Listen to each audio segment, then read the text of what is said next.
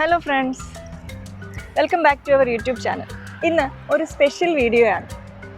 ഒരൊറ്റ ദിവസത്തേക്ക് ദുബായിലേക്ക് നാട്ടിൽ നിന്നും രമ്യ വന്നതിൻ്റെ, അതും ഒരു ബിഗ് ബർത്ത്ഡേ സർപ്രൈസ് ആയിട്ട് വന്നതിൻ്റെ വിശേഷങ്ങളാണ് ഇന്നത്തെ വീഡിയോയിൽ. ആദ്യം രമ്യ എന്താ പറയുന്നതെന്ന് കേട്ടാലോ.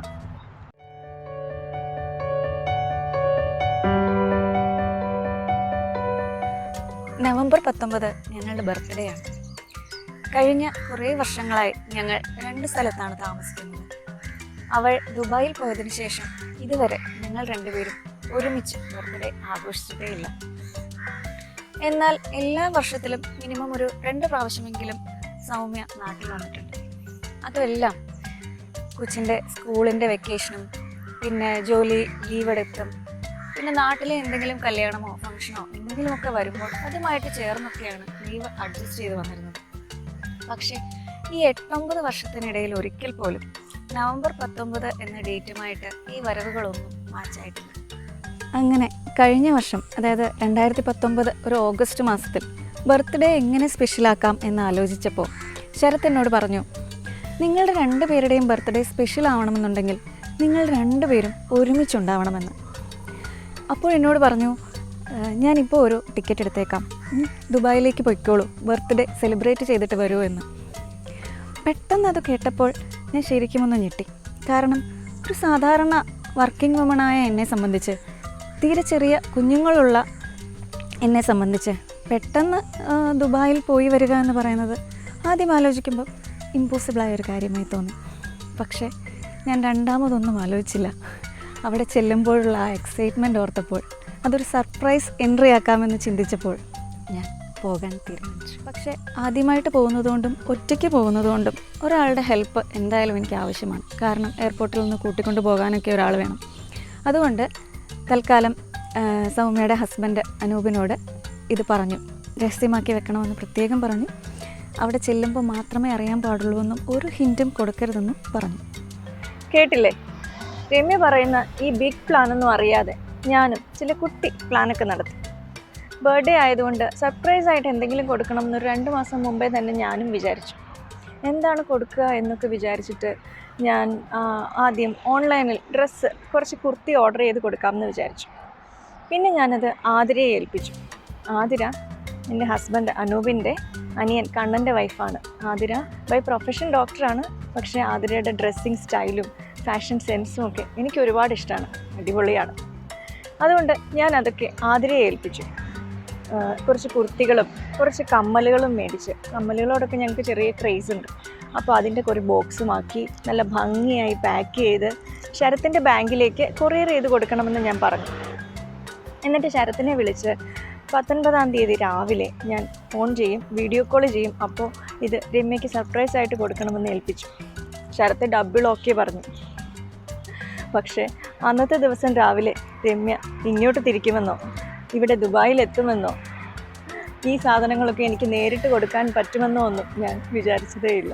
കഴിഞ്ഞ ഇത്രയും വർഷത്തിനിടയ്ക്ക് പലപ്പോഴും ഞങ്ങൾ ഫാമിലിയായിട്ട് ദുബായിൽ പോകാൻ പ്ലാൻ ചെയ്തിട്ടുണ്ടെങ്കിലും പല പല കാരണങ്ങൾ കൊണ്ട് ഇതുവരെയും നടന്നിട്ടുണ്ടായിരുന്നില്ല. അപ്പം ഞാൻ ആദ്യമായിട്ടാണ് ദുബായിലേക്ക് പോകുന്നത്.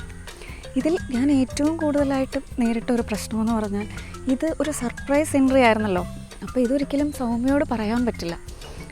ഞങ്ങളങ്ങനെ പലപ്പോഴും ഒരു കാര്യവും രഹസ്യമായി വെക്കുകയോ ഒന്നും പറയാതിരിക്കാൻ പറ്റുകയോ ചെയ്യുന്നൊരു ആൾക്കാരല്ല. പ്രത്യേകിച്ചും അന്നത്തെ കാര്യം ഒന്നുകിൽ അന്ന് തന്നെ, അല്ലെങ്കിൽ പിറ്റേ ദിവസം, അല്ലെങ്കിൽ മെസ്സേജ് അയച്ച് എന്തായാലും പറഞ്ഞിരിക്കും. അങ്ങനെയുള്ളപ്പോൾ ഈ ഒരു കാര്യം ഇത്രയും നാൾ, ഏകദേശം 3 മാസത്തിന് മുമ്പാണ് ഞാൻ ഈ ടിക്കറ്റ് എടുത്തത്. ഈ 3 മാസത്തോളം എനിക്കിത് ഒളിച്ചു വെക്കാൻ കഴിയുക എന്ന് പറഞ്ഞത് എന്നെ സംബന്ധിച്ചിടത്തോളം ഭയങ്കര ബുദ്ധിമുട്ടുള്ളൊരു പ്രശ്നമായിരുന്നു. കാരണം ബർത്ത്ഡേയുടെ കാര്യങ്ങളും ബർത്ത്ഡേ എങ്ങനെയാണ് സെലിബ്രേറ്റ് ചെയ്യാൻ പോകുന്നതെന്നും നാട്ടിൽ എന്താണ് പരിപാടിയെന്നും ഒക്കെ പല പല കാര്യങ്ങൾ ഈ സൗമ്യനോട് ചോദിക്കുമ്പോഴൊക്കെ സത്യം പറഞ്ഞാൽ ഞാൻ ഒരുപാട് കള്ളം പറഞ്ഞു. നോക്കിയിരുന്ന് 19-ാം തീയതി രാവിലെയായി. തലേ ദിവസം ഞാൻ ശരത്തിനെ വിളിച്ചു വീഡിയോ കോളിൻ്റെ കാര്യം ഓർമ്മിപ്പിച്ചപ്പോൾ രാവിലെ ബിസിയാണ്, വൈകിട്ടാക്കാം എന്ന് പറഞ്ഞു. അവരൊക്കെ ഒരുപാട് നന്നായി അഭിനയിച്ച് കഷ്ടപ്പെട്ടു സത്യം പുറത്താവാതിരിക്കാൻ വേണ്ടി. അന്നത്തെ ദിവസം രാവിലെ പ്രതീക്ഷിക്കാതെ ഒരു സംഭവം കൂടി ഉണ്ടായി. 19-ാം തീയതി രാവിലെ ഞാനന്ന് ലീവായിരുന്നു. എൻ്റെ കൂടെ വർക്ക് ചെയ്യുന്ന എൻ്റെ ക്ലോസ് ഫ്രണ്ടിൻ്റെ വൈഫ് പ്രഗ്നൻ്റ് ആയിരുന്നു. ഡെലിവറി ആവാൻ ഡേറ്റ് അടുത്തിരിക്കുകയായിരുന്നു.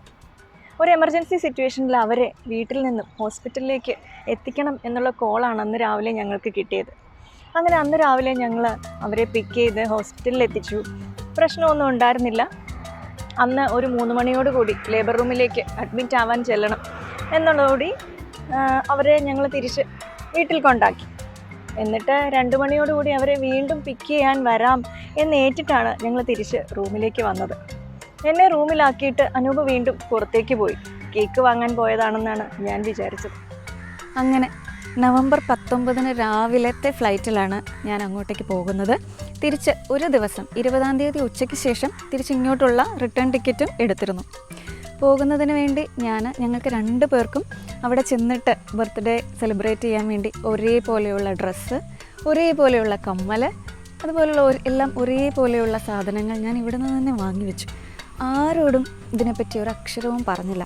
വീട്ടിൽ അച്ഛനോടോ അമ്മയോടോ ആരോടും ഒരു മെസ്സേജ് പോലും അയച്ച് സൗമ്യയ്ക്കൊരു ഹിൻറ്റും കൊടുക്കാതിരിക്കാൻ ഞാൻ പ്രത്യേകം ശ്രദ്ധിച്ചിരുന്നു. അങ്ങനെ തലേ ദിവസം മാത്രമാണ് അച്ഛനും അമ്മയും പോലും ഞാൻ പോകുന്ന വിവരം അറിയുന്നത്. കേട്ടപ്പോൾ സൗമ്യ എങ്ങനെ റിയാക്ട് ചെയ്യുമെന്ന് കുറേ പേരൊക്കെ എന്നോട് ചോദിച്ചു. പക്ഷേ എനിക്കറിയാമായിരുന്നു എന്നെ കാണുമ്പോൾ അവൾ കരയും. 1:30 ആയപ്പോഴേക്കും എന്നിട്ടും അനൂപിനെ കാണാത്തതിൻ്റെ ഒരു അക്ഷമയോടുകൂടി ഞാൻ റൂമിൽ നിന്നും ഇറങ്ങി ഫ്ലാറ്റിൻ്റെ താഴെ റിസപ്ഷനിൽ വന്നിരുന്നു. അവിടെ ഇരുന്നാൽ എനിക്ക് സൈഡിലൂടെ റോഡ് കാണാം. അവിടെ അനു കാർ ഓടിച്ച് വരുന്നത് കാണാം.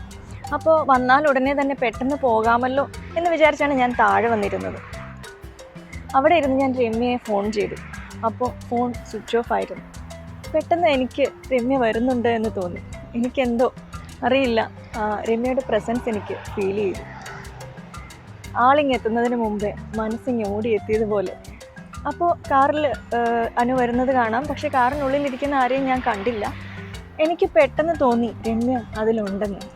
നവംബർ 19 രാവിലെ തന്നെ ശരത് എന്നെ എയർപോർട്ടിൽ കൊണ്ടുവിട്ടു.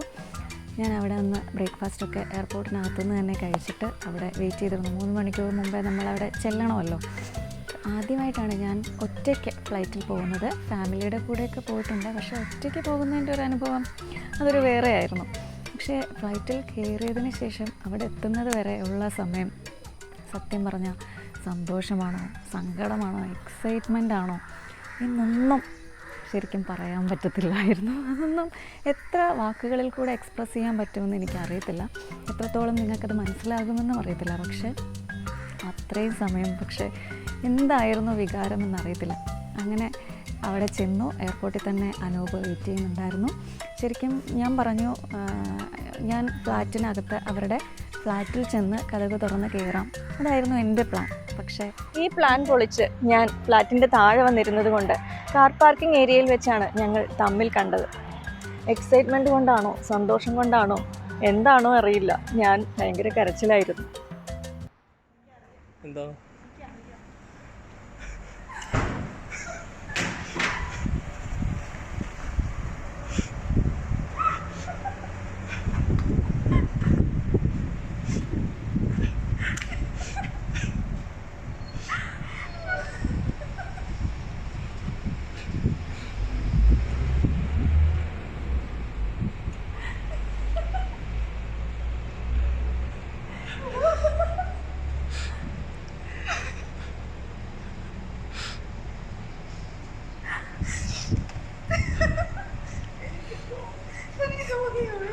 അയ്യ പിന്നെ